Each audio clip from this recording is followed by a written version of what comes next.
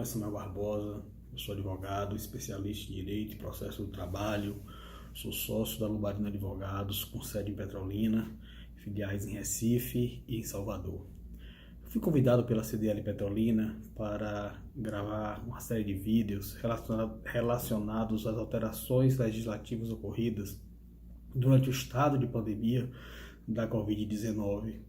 Inicialmente, eu gostaria de enaltecer a iniciativa da CDL Petrolina no sentido de permitir e oferecer aos seus associados e à sociedade de uma forma geral a possibilidade de ter acesso a informações concretas, informações com credibilidade, notadamente uma época em que nós recebemos uma gama de informações, muitas delas não verdadeiras, e promover esse acesso à informação é muito importante para a sociedade de uma forma geral.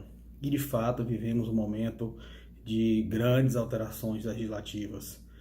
Decorrente do estado de pandemia, foi decretado pelo governo federal, através do Decreto-Lei 6 de 2020, estado de calamidade pública. Esse estado de calamidade pública tem vigência até 31 de dezembro de 2020. E decorrente desse estado de calamidade pública, foram editadas diversas medidas provisórias, que têm força de lei, para tentar minorar os efeitos danosos desse momento de exceção em que vivemos. Foram editadas mais de 20 medidas provisórias, notadamente para o que importa às relações jurídicas submetidas à CDL. Acredito que as mais importantes sejam a medida provisória 927, a medida provisória 936 e a medida provisória 944 e 945. A medida provisória 927, ela trata e apresenta um programa para a manutenção do emprego e da renda e traz diversas medidas de enfrentamento ao estado de pandemia. A medida provisória 936, ela trata da suspensão do contrato de trabalho e da redução da carga horária com redução proporcional da remuneração do empregado. As medidas provisórias 944 e 945 tratam de incentivos às empresas para prover a sua subsistência nesse período de pandemia reconhecido pelo estado de calamidade pública.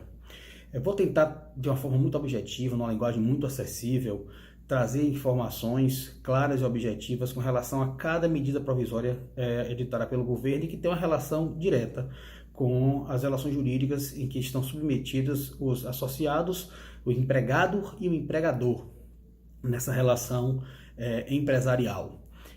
A primeira medida provisória editada em 20 de março de 2020 foi a medida provisória 927. Essa medida provisória, como já dito, ela trata da promoção do emprego e da renda, manutenção e promoção do emprego e renda, e traz diversas medidas com esse objetivo. Já no artigo 1º, no artigo 2º, ela traz, ao meu ver, a maior alteração ocorrida de todas as medidas provisórias, que ela estabelece que o acordo individual formalizado entre empregado e empregador, ele se sobrepõe à lei, se sobrepõe aos acordos coletivos de trabalho e se sobrepõe às convenções coletivas de trabalho. É um rompimento de parâmetros, até então na história brasileira nunca vida.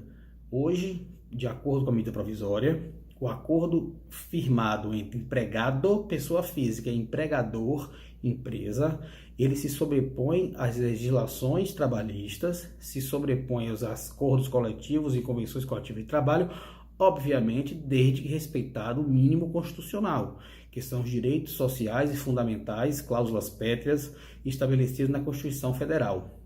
Essa possibilidade de um empregador formalizar diretamente com seu funcionário o acordo individual para enfrentamento dessas medidas, sem ter, por exemplo, que passar pelo sindicato, dá a essa relação jurídica uma força muito grande, porque você sai da teoria e coloca em prática de forma imediata a implementação de medidas estabelecidas na própria medida provisória, com o único escopo de manter o emprego e preservar o funcionamento das empresas.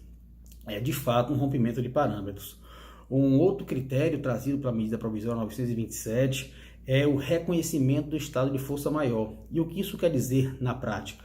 Isso quer dizer que rescisão de contrato de trabalho ocorridas durante o estado de calamidade pública, reconhecida lá no Decreto-Lei 6 de 2020, acaso haja rescisão de contrato de trabalho, por exemplo, em virtude do fechamento da empresa, essa rescisão se dará por motivo de força maior, já um prévio estabelecimento e reconhecimento dessa condição.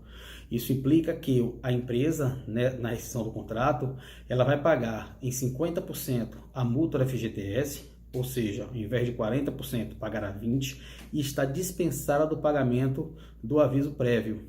Portanto, é uma medida também que tem efeitos práticos imediatos e que, mais uma vez, pelo próprio objetivo da medida provisória, visam a proteção da saúde financeira da empresa sem retirar do empregado os seus direitos mínimos.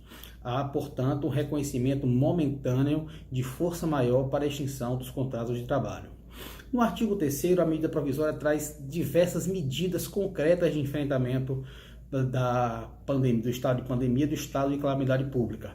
Dentre elas, o teletrabalho, estabelecimento de banco de horas, concessão de férias individuais e férias coletivas, parcelamento da FGTS, enfim, inúmeras medidas. Tratarei em vídeos próprios de cada medida dessa, trazendo seus pormenores, suas condições e tentando de uma forma objetiva trazer para uma realidade prática.